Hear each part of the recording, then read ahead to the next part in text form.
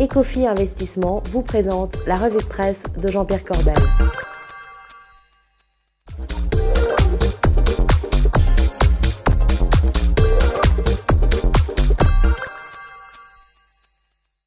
Bonjour, c'est mardi et devinez quoi, c'est la revue de presse du Club Patrimoine en compagnie, comme toujours, de Jean-Pierre Corbel. Jean-Pierre, bonjour, comment ça va? Très bien. Alors j'ai une vraie question qui intéresse tout le monde, je suis sûr. Est-ce que vous avez du patrimoine, vous? Un tout petit peu, Un tout petit peu.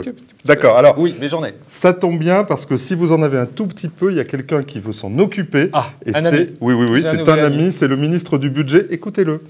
L'impôt est consubstantiel au pacte républicain. Il permet de financer la protection sociale, il permet de financer les services publics, c'est-à-dire qu'il est la garantie de la préservation du patrimoine de ceux qui n'en ont pas. Alors oui, vous avez bien entendu cette phrase. L'impôt, c'est la garantie de la préservation des patrimoines de ceux qui n'en ont pas. J'adore cette phrase. Oui. Et donc pour ceux qui en ont, eh bien tant pis pour eux, à bon entendeur, Bogdan, salut. Jean-Pierre, je vous sens encore un petit peu énervé, c'est la loi de finances là qui vous met Ah oui, alors cet état effectivement, la loi de finances, Bogdan, c'est un roman Votre à dada. épisodes. Et j'en connais d'autres qui vont être énervés, ce sont les pigeons qui vont certainement se faire pigeonner, Bogdan. Encore? Oui.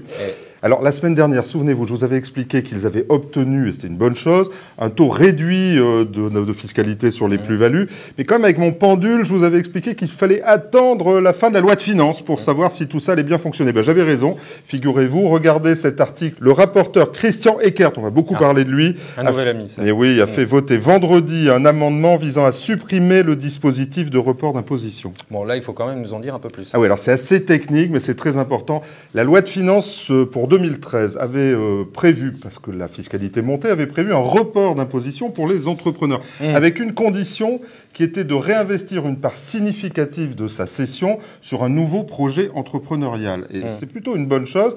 Eh bien ça, c'est fini. C'est le rapporteur Eckert qui le veut. Il a même dit, dans les minutes de cet amendement, il a même dit qu'il voulait supprimer ça, et ça serait une révolution pour les holdings notamment. Ah, mais Jean-Pierre, alors si cette plus-value était reportée, elle était payée quand en fait? Eh bien en fait, elle était payée au moment où l'entrepreneur partait à la retraite en réalité, ou sortait des affaires. Oui. Parce qu'entre-temps, si on lui fait payer la plus-value, eh bien il investit moins en réalité. Et puis deuxième sujet, dans une vie d'entrepreneur, on peut faire des plus-values et des moins-values. Et l'idée, c'était de compenser l'une et l'autre à la fin aussi de sa vie d'entrepreneur. Ça va plus être possible. Et ça, c'est fini, on payera à chaque fois. Et donc les entrepreneurs, eh bien, investiront moins puisqu'ils paieront à chaque fois. C'est pas bien rigolo ce que vous nous racontez là. Non, et monsieur Eckert, lui, il comprend tout en tout cas. Écoutez, regardez, un deuxième amendement qui lui a été voté vendredi, lui aussi, c'est un vendredi noir. Toujours le vendredi, il faut qu'on reste au bureau le vendredi. Effectivement. Et cet amendement, il dit quoi? Il dit qu'un contribuable ne pourra pas bénéficier à la fois de la réduction d'impôt sur le revenu au titre de la souscription au capital des PME, c'était les fameuses réductions Madelin, vous savez, et puis de ce taux diminué de plus-value pour les entrepreneurs. Alors, on ne peut pas avoir le beurre et l'argent du beurre pour les contribuables, et puis pour le gouvernement, il n'y a pas de petit profit.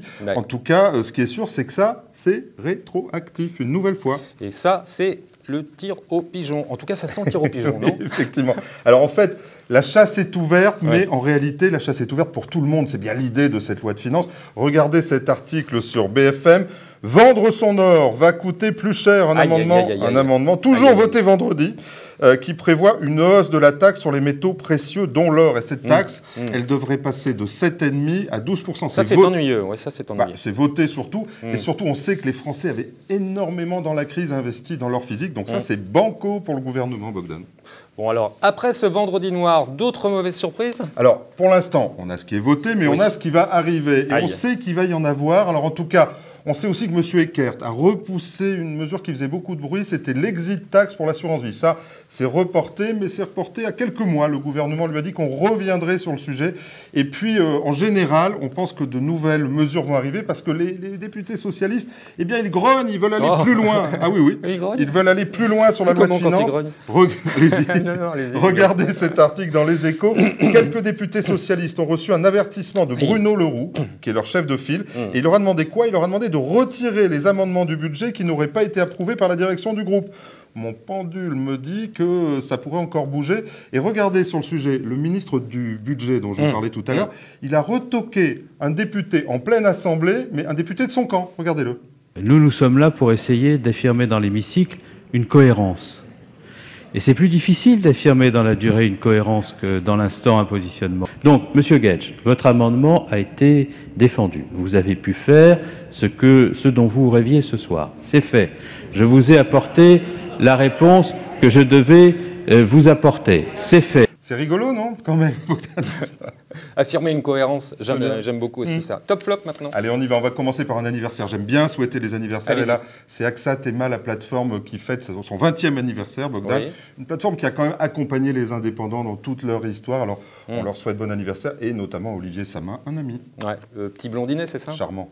Autre chose? Alors oui, les fonds flexibles, Bogdan. Ah oui, ça j'aime bien. Ça, c'est votre dada. Et comme d'habitude, j'ai regardé le classement de notre partenaire Cantalis depuis le début de l'année. Et là, on a des surprises quand même.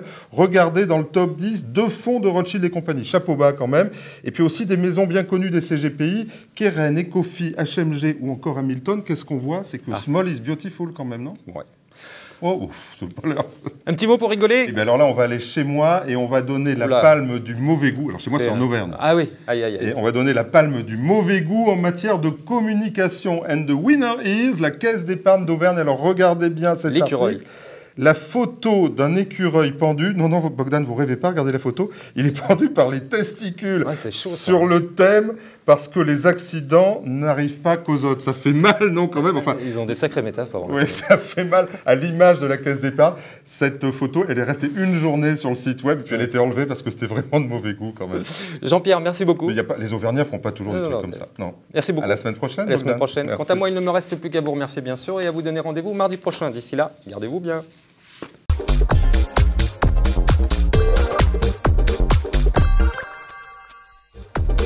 Ce programme vous a été présenté par Ecofi Investissement.